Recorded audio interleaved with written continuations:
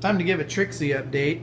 Um, I think the very first one of these happened back in February of last year, and here we are, March 31st, 2016. Been a little over a year.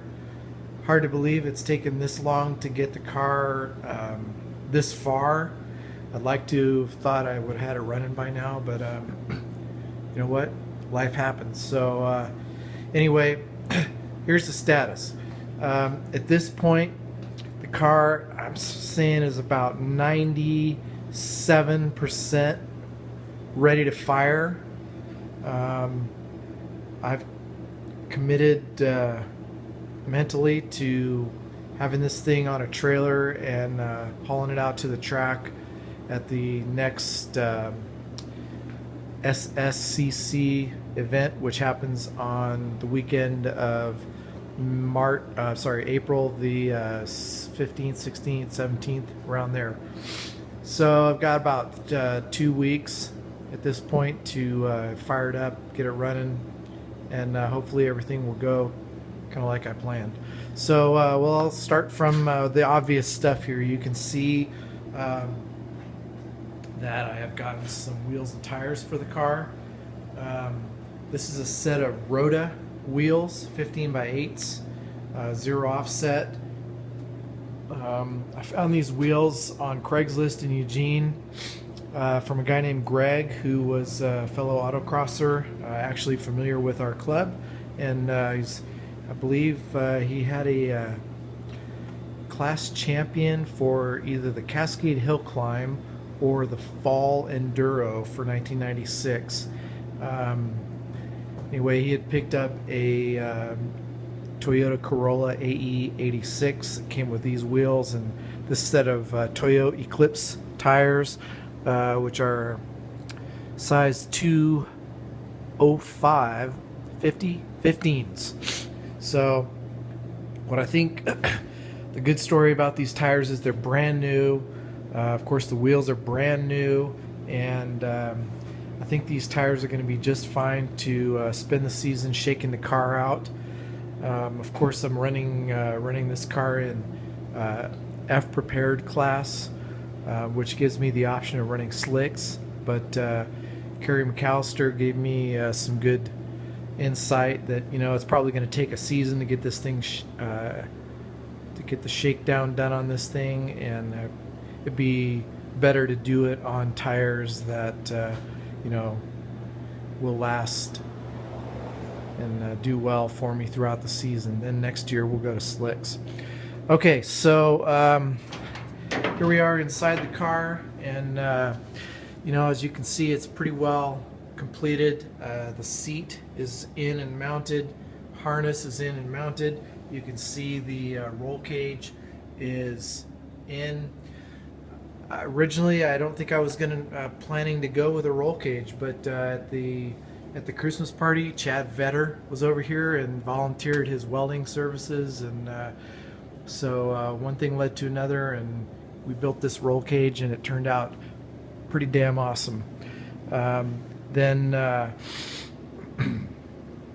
course, Chad let me use his welder, and so I took the car over to his house, and he taught me some welding tips, gave me some experience welding, and we did a good job on this thing. I'm real happy with it. Up front, you can see that I've got the I guess the blank of the dash in. Still need to cut it to fit the gauges. I still need to kind of permanently install it because it's not yet. Coming over to the passenger side, I got the battery, and I'm in the process of working on the wiring right now, which is turning out to be a little bit more complex than I thought it was going to be, but I'll be able to work it out. So but anyway, so we got that done, basically done with the interior. However, there's a couple of sort of major things that are going to be left to do before I actually take it to the track. One is that even though I've got that nice fuel cell there. SCCA rules require a metal bulkhead between the passenger compartment and any fuel cell, so I'm going to have to build some kind of enclosure for that. And then the other thing is I could show you underneath, but it's pretty dark, but the exhaust header comes out right in line with about, well, I'd say right about there under the car. It's just an open header, and what I intend to do to save myself some clearance issues underneath the car is I plan to come into the passenger compartment with the pipe off of the header. I'm going to put a muffler here, then I'm going to exit it out the side of the car here somewhere. I've always thought that was a super cool look on a race car, and this is my race car, so I'm going to do whatever the hell I want. Again, another SCCA rule, exhaust parts have to be fully enclosed in a metal shroud. Okay, so that kind of gives you an idea of what's done or left to do on the inside. The engine, of course, is installed. You saw that video. Boy, a lot of stuff has happened since the last one. You see all the oil lines run here. This is the remote oil filter, 1-quart oil filter. Got the electric fans installed. This is the oil line going to the oil cooler, which resides up under the front here, right there. Okay. Nice aluminum radiator, got that from Kurt Robertson. The remainder of the oil line, you know, the oiling system right here, as you see it connects to the engine. Got a nice set of Taylor 10.4mm solid core wires. I don't have to worry about having resistance wires because I've got no electronic devices. I've got no radio. I've got nothing for that to interfere with. So I should have a good solid spark to a good solid amount of voltage to the spark plugs. Still have to do the, I'm going to replace the coils, and of course I still have to wire the ignition. On the carburetor here, nice cool little bracket that I got from delordoshop.com. It's a company in actually Amsterdam, and they sell this device by Mangoletzi, which mounts to the top of the carburetor, but it provides a really nice throttle cable mounting setup. I was struggling with that because I didn't want to do anything hokey underneath here to you know, to mount the throttle cable up to.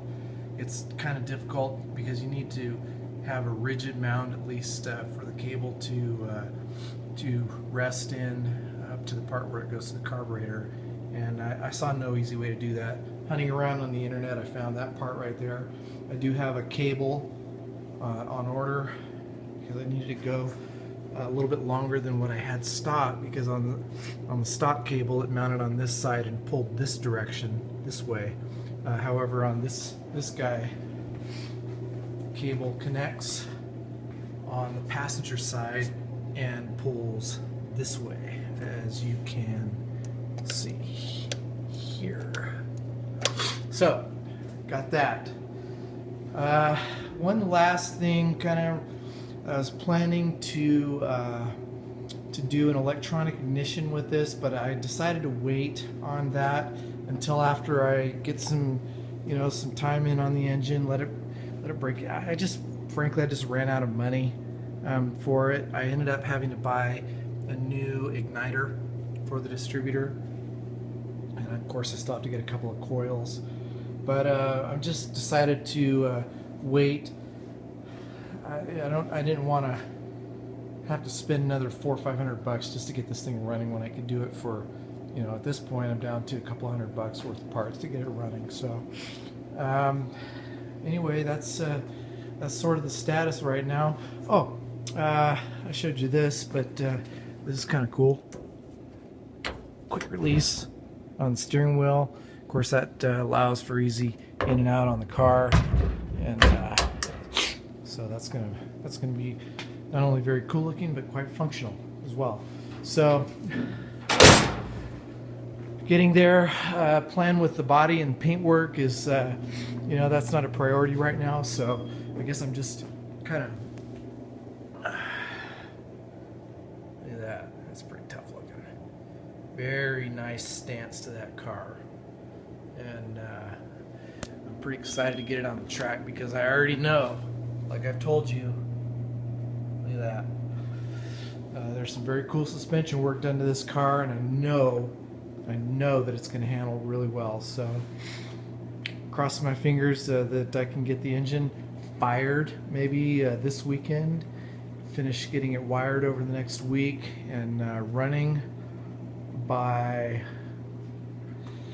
next weekend, and then out on the track the weekend after. So all right, well, that's Trixie update number X.